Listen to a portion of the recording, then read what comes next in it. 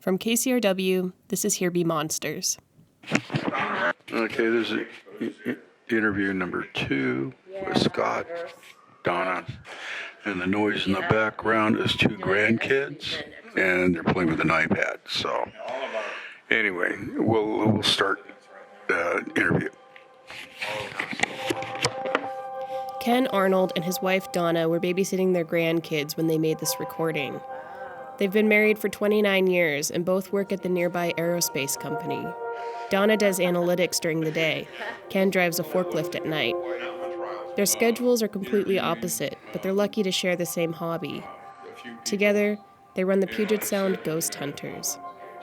For the last 9 years, they've been conducting paranormal investigations all over Western Washington. And the reason, though, it's not just for us, it's for you guys, too. Because you may find out that this is not a good fit for you. You don't, because it isn't for everybody. Right.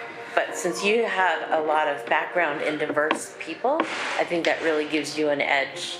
Because, like I started to say, The Puget Sound Ghost Hunters have seen some recent turnover, and Ken and Donna are interviewing new ghost hunters to join their team.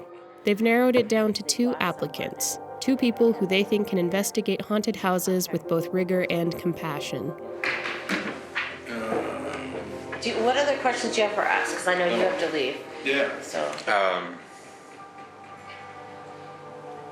I guess, what I'm looking for in terms of my own first involvement is I want some consistency. There's a real interest. I don't tend to like to get into things and then just fool it around or, if I'm going to do it, I want some depth to it, some meat to it, And this is a pretty serious interest of mine at this point. I'd like it to become more than that. Right now it's just, that's cool on TV, but I really am intrigued with the technology. I'm really intrigued with sort of the spiritual side of it. So, if that's a fit, I'd love to explore Port Gamble with you guys and see if it's a total fit. I understand that fit is important.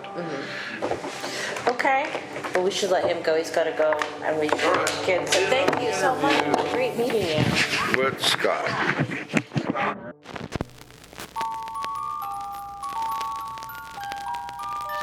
Here Be Monsters, the podcast about roses. The podcast about The unknown.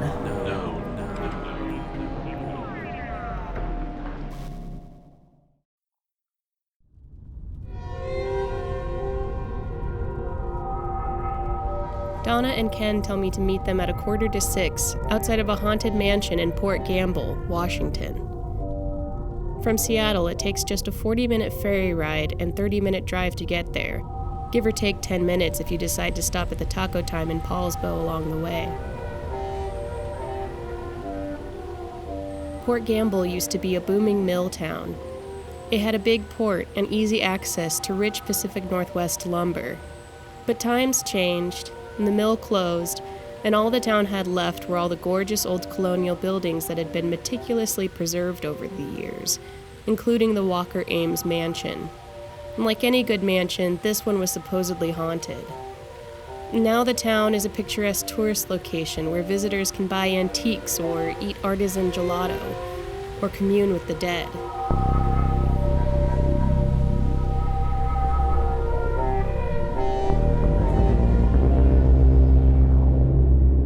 I get to the mansion early, but Ken and Donna are already there, sipping soda from giant Wendy's cups. Ken is anxious to get started, keeps looking down at the time on his phone. He has brown hair and a brown beard and is wearing a black hoodie with the Puget Sound Ghost Hunters logo on it. Donna is wearing the same hoodie. She has a kind face and blonde hair with big soft curls, and she uses a scooter to get around. Hey, what does this door say, keep out? Oh, we can't go there. Oh, that's the basement? That's the basement. Not allowed? We go down there. Safe. We go down Yeah, but it's not safe. there. You go down there because it says not to. That's why you go. Oh, did you bring flashlights? Yeah, I'll go. I need that cool. So why is there a need now for new ghost hunters in your troop? We've just had a couple of people that we let go. It just wasn't working out for us. It wasn't a good fit anymore. And then we had one move away. A few people that, it seemed like they lost interest. They were just going through the motions and saying improper stuff in front of our clients. It made us look unprofessional. So I just decided to tell them bye-bye. So, and we'd like to keep our group small. That's the other thing is. We don't, there's other groups out there that has huge Hundreds team of members, and they have membership dues. And to me, they're losing the focus on what we do, and it's all about money. And I hate that. We don't get paid for what we do. We just enjoy it. We do it because, like Ken said, we want to help people and try to work through their whatever they're going through, and half the time it isn't even paranormal, but they just have somebody to listen to so they know that they're not crazy, you know? So you feel like a counselor, and don't you have... We wait for the two candidates in the poorly lit antique kitchen. The dim yellow walls are still covered in Christmas wrapping paper and cardboard decorations, and the rest of the house is dark. I assume the decorations are intended to bring life and modern holiday cheer to an old haunted mansion, but to me it just underscores how uninhabited the place is. Two wannabe ghost hunters are on their way to see if they'll be allowed to join the group. So are both of them, have they made the cut, or is it still a trial? It's still a trial. Yeah. What are, really quick while they're outside, what are some red flags that you're looking for? We want to see if how they react to activity, how they work together as a team or not. If they don't seem interested, you know, I mean, like goofing off, not taking my suggestions and not listening to what I have to tell them, that's a red flag. I know I have a... That's you my need to phone. turn your I gotta phone turn it off, on. Yeah. mister. Hi. How are you doing? Good. How are you? The first hopeful is a woman named Tanya Routt. She might be in her 40s, with long brown hair, and she looks like the kind of person who might be into bird watching or some other outdoor hobby. What, for what you can tell, like, from the TV shows or, like, meeting Donna and Ken, like, what makes a good ghost hunter? I have no clue. Honestly. I guess having an open mind, open to whatever might come. What do you think will make you a good ghost hunter? I have an open mind, but I'm also skeptical. So looking forward to seeing how many things I can rule out and how many things I can't. Have you seen or felt ghosts before? I see my grandfather in my hospital room and had a conversation with him after I died on the operating table. And growing up, I always was kind of into the supernatural. And so I thought, well, I don't know if it's all real on TV or not, but come and see what it's like. Just something fun to do and an activity and meet new people, see new things, and see what adventures I can come into.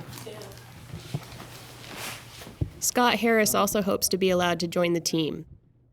He's a social worker, not yet middle-aged, wearing plaid and protective crystals on his wrists and around his neck.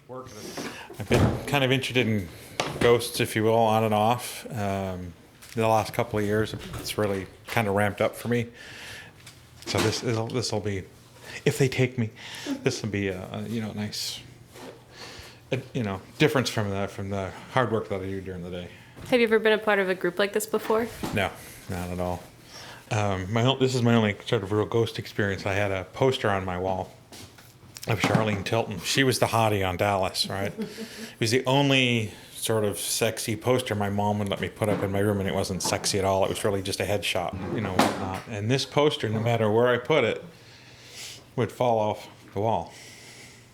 So I'd retake the putty off and put it back on, and it'd fall again. I'd move it, put new putty on, it'd fall again. So I'm like, well, either it's my mom, which I kind of doubt, or there's something in this room that doesn't like that poster. So I had this thought that it was maybe a female spirit that didn't like, I don't know, who knows. So, yeah, no, something, I don't know. You hoping you see something tonight? I'm hopeful, but I always try to go into any situation with an open mind or low expectations. I find that if I have low to no expectations, then whatever happens, great. And if nothing happens, then, well, it was fun.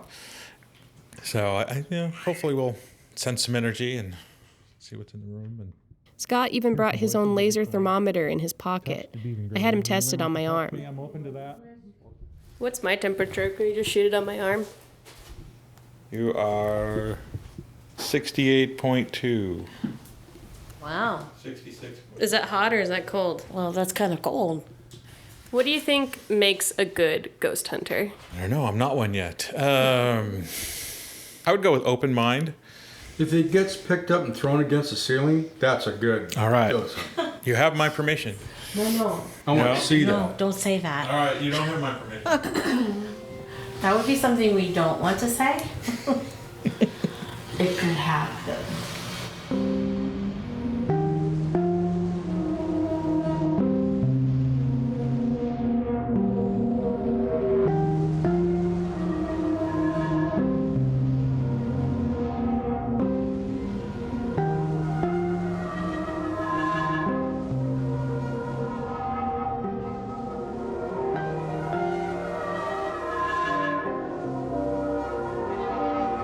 Yeah, okay, voice check. This is Ken.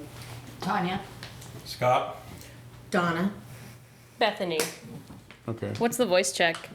So when the voice check, what it is while I'm listening to audio, so I'll know the voices before I start going over the audio. We gather around the kitchen It table as is Ken a unpacks his tools. tool called Some I recognize, like a handheld recorder that's the same brand as the one I'm And holding, only a better what version it'll of it. do, Other tools are use things I've never this seen along with before, the K2. with names like the This is our Paranormal new Puck toy. 2 Paranormal Puck 2 and the Spirit Box SB11. is a SP11 spirit box. What's your favorite tool? One that vibrates. No, I'm just. Sorry. Ken shows us all a black box K2. with an orange screen that reads This is the Boo Bear. environment and translates spiritual energy into a robot voice. It's called the You guys are Ovilus. probably wondering about Quitland, and this is Ovilus. Ovilus works sort of like the Paranormal Puck 2. And what it does is it reads the environment. And looks like I got to change batteries on it.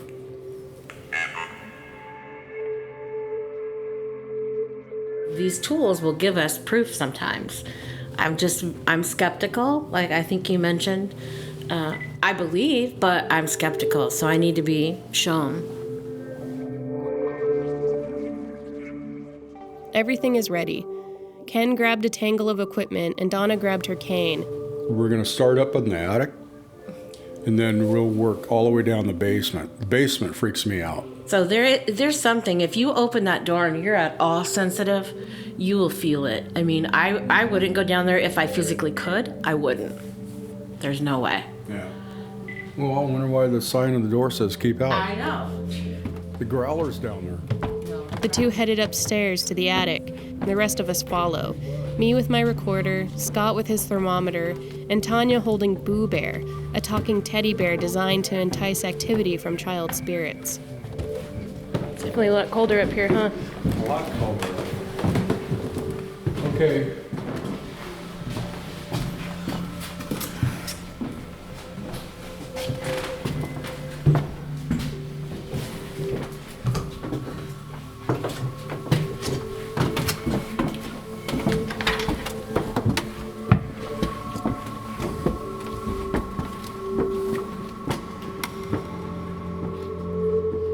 Yeah, Scott, do you mind describing the room?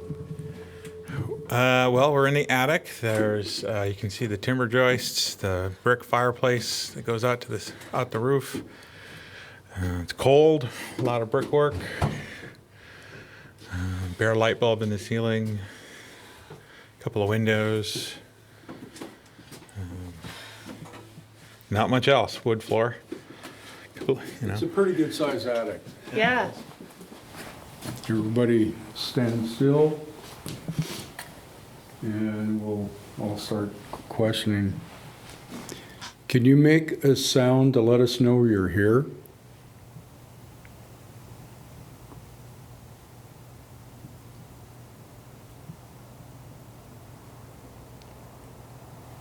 What is your name?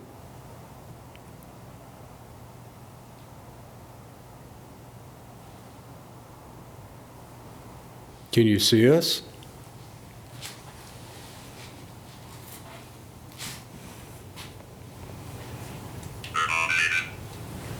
What did it say? Roses.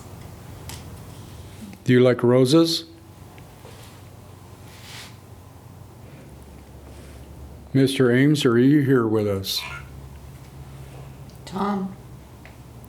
Is there a Tom with us? Tanya, you want to ask questions? How old are you?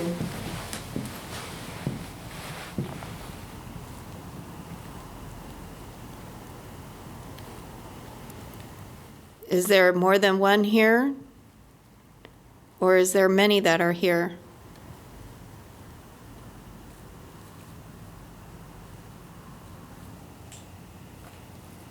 We're not here to hurt you. Scott, you want to ask some questions?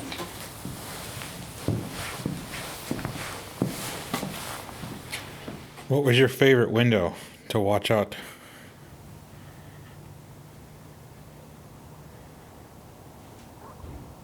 What is your fondest memory from looking out the window?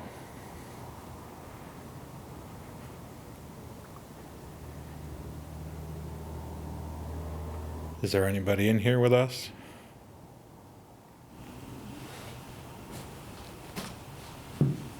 Okay, let's stop here and let's go down on the second floor.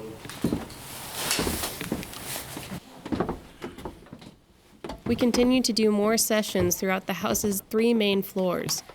Scott points his thermometer around looking for cold spots. The Ovilus and the Paranormal Puck 2 both read words from the environment, but none that make sense without liberal interpretation. The spirits seem to be mostly quiet tonight.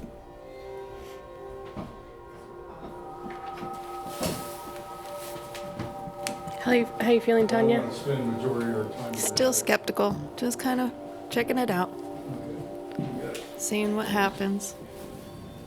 How about you, Scott? What are you thinking about all this? I don't know. It takes me a while to process some things sometimes. So. Do you think you'd ever get scared on a ghost hunt? I'd hope so.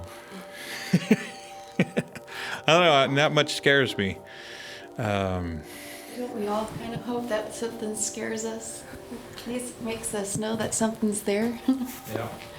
Is that like what drew you to ghost hunting as well, as the prospect of maybe getting spooked? That's the prospect of actually finding something, knowing that there's more out there.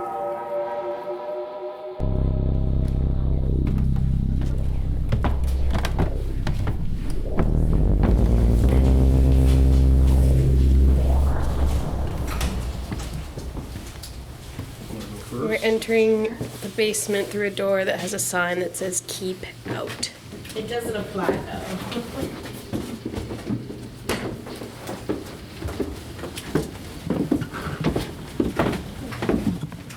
You guys don't come up in 10 minutes, I'll call 911. Our last stop for the night is in the basement. Ferns grow through cracks in the foundation, and a deflated happy birthday balloon is crumpled in one corner. The furnace runs constantly. Can somebody come talk to me? Let me know that you're there. I would really like to know that somebody's actually there, that I'm not just getting random words on a screen. Can you give me a name?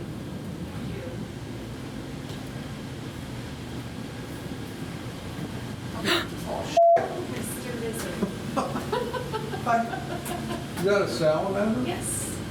Oh, wow. Hello, little fella. In the dark, Tanya spots a brown salamander with her flashlight. She tells us she can't tell what kind of salamander it is, but her lizard-loving uncle, who passed away less than a year ago, would definitely know. It's very interesting to see this one tonight. Does it feel significant? For me, yeah, it does. Watch your head. Watch your head. Okay, let's head upstairs.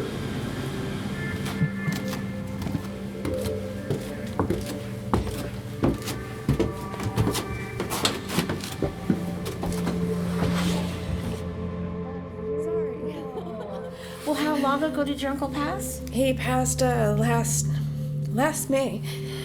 And This is a sign. so to see that tonight just kind of. It's a sign. This is what happens. In fact, I talked to his ashes before I left the house tonight, saying, "Watch over me tonight. Keep me safe." And he is. That's what happens.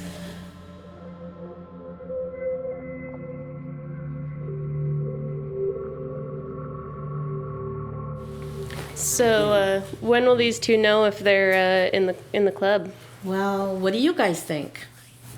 Well, I'm definitely interested. Would you be interested? Yes. Both of you? Definitely. What do you think? You guys want to be on the team? I would love to. Donna and I talked about it, and so you were basically joining the team before you got here. We just wanted to see how you guys were going to We want to make sure you wanted to join the team. Yeah. You know, you seemed like you were very interested in, being here. So that was the first thing we noticed. So. But this was really just a way to get away from the kids for a night. In an instant, Tanya and Scott become colleagues. Tanya seems thrilled, still excited from finding the salamander and possibly connecting with her uncle from the other side. Scott seems excited too, making jokes about how his protective crystals must have worked because he didn't get attacked by any ghosts. I ask them if they think they'll work well together on the team, and they both say, of course. Oh, yeah. Oh, yeah. I think as long as you have common interests and, there's a lot of good communication, then, yeah, I think you can work with anybody. How about you, Tanya? I'm looking forward to seeing what more adventures there are if we actually do come across something that's actually gonna make direct contact. Still open to the possibility that there might be some time when that happens. Like, is part of your interest in doing this to kind of figure out for yourself if there is an afterlife? That's a huge part of it. That if there is an afterlife, find a way to communicate with those that I have questions for, loved ones that I've lost. And just to know that if there is, then I have a way of communicating with my loved ones after I leave. So.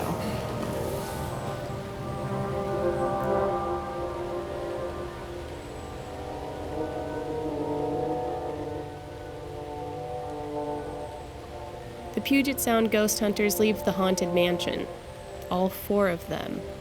The group discusses dates of upcoming hunts and shirt sizes so that Tanya and Scott can get their own hoodies.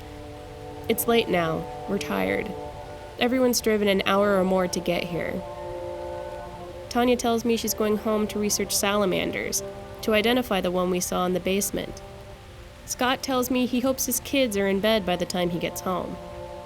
Donna and Ken tell me they're both night owls, that they've got vodka, pineapple juice, and a DVR full of ghost adventures waiting for them at home. I'm the last to leave, relying on my phone to navigate my way out of Port Gamble. It's dark and chilly, the dense ferns and moss-heavy cedars leaning low to the country road as I drive. The air is filled with a light fog, so I lower my headlights. And I wonder if, when I get home and start digging through this audio, if I'll find anything that will make the Puget Sound ghost hunters smile.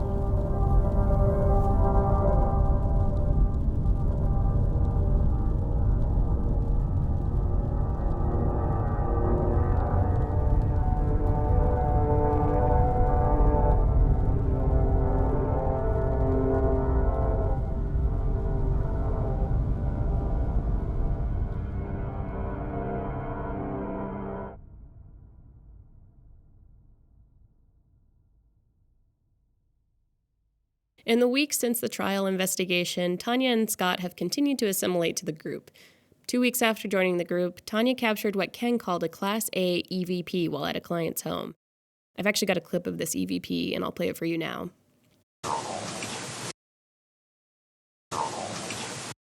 Tanya and Ken hear a man's voice saying, "Go home" or "Get out." I don't really know what to make of it.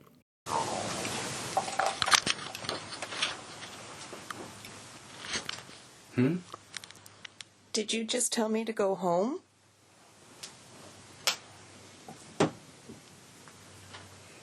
You know, my stomach was growling. Maybe that's what you heard.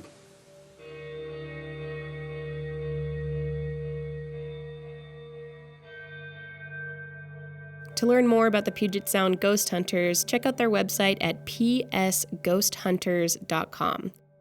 They offer investigations to residential homes free of charge, but they say that their schedule is pretty backed up into spring. On our website, HBMpodcast.com, you can see pictures of some of the equipment that Ken brought on our ghost hunt. And we also have a few photos from previous ghost hunts at the Walker Ames house in Port Gamble. Again, find us at hbmpodcast.com. This episode was produced by me, Bethany Denton, and was edited by Jeff Emtman. Our editor at KCRW, Nick White, isn't a ghost, but does convey most of his edits through ghoulish howling noises.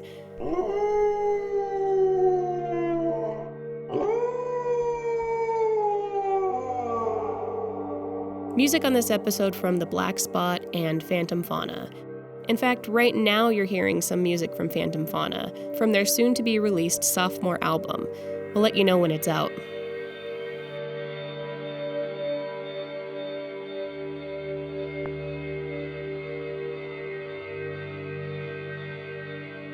Here Be Monsters is part of the independent producer project from KCRW.